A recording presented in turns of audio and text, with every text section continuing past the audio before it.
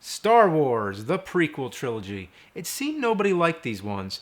I hear nothing but bad things. Even when someone doesn't outright say they're bad, just the way they say the prequel trilogy, it has that tone. For example, when The Force Awakens came out, I'd hear things like, oh, it's better than the prequel trilogy. Now, wait, you're talking about three movies. Are they all bad? And if they are they all equally bad? So equal that it's worth putting down all three in a single passive swipe? I think this notion of the prequel trilogy desperately needs to be sliced into fragments because they're all so different to me. My opinion is that Phantom Menace is bad. Attack of the Clones is average summer blockbuster. Revenge of the Sith is pretty good. So I don't think it's fair to drag down Revenge of the Sith based on Phantom Menace. They are completely different. To say the prequel trilogy is bad is a generalization. Episode 1, The Phantom Menace, was good for one weekend. Truthfully, not even that, but going to the theater to see the first new Star Wars movie in 16 years was a huge deal. This was an event, so we were all buzzing with all the hype. We were willing to let it pass. After coming out of the theater, my friends and I, we all looked at each other and said, it's pretty good, right? But as time went on, slowly we started to accept we just saw a Star Wars movie that sucked. But why did it suck? If I talk about Jar Jar Binks, I'm only kicking a dead horse. Everybody shat all over this movie, so I don't really have much to add. All the characters were forgettable, including the one who was supposed to grow up to be Darth Vader, and the only memorable character was Jar Jar Binks, who was memorable for all the wrong reasons. The plot was boring with its taxation and trade federation bullshit. There were some highlights like the pod race and the lightsaber duel, but no context around it to give it meaning. The digital effects and set pieces all take center stage to the story.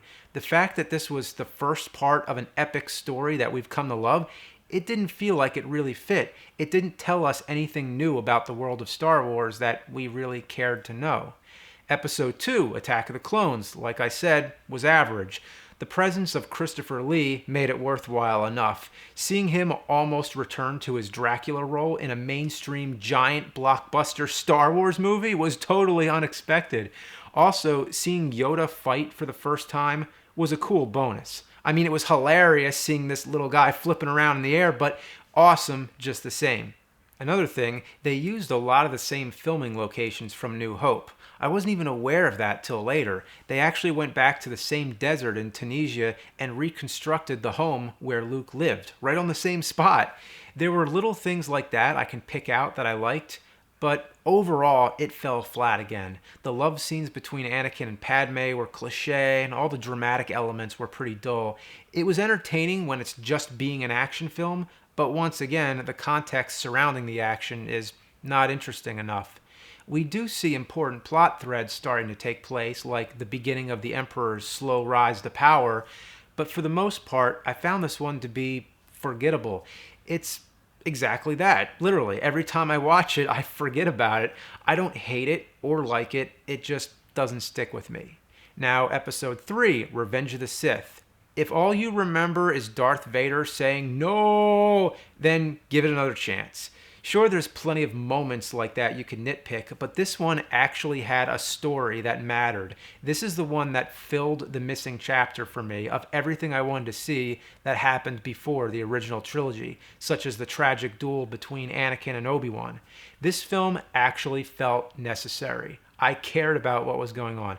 A lot of people might have been disappointed that Darth Vader is only a small scene at the end, meaning Darth Vader in the mask, but that was totally made up for with the Emperor. He is the star villain. Most of the reason I like this movie is because of him. We got to see one of the most classic villains ever come back.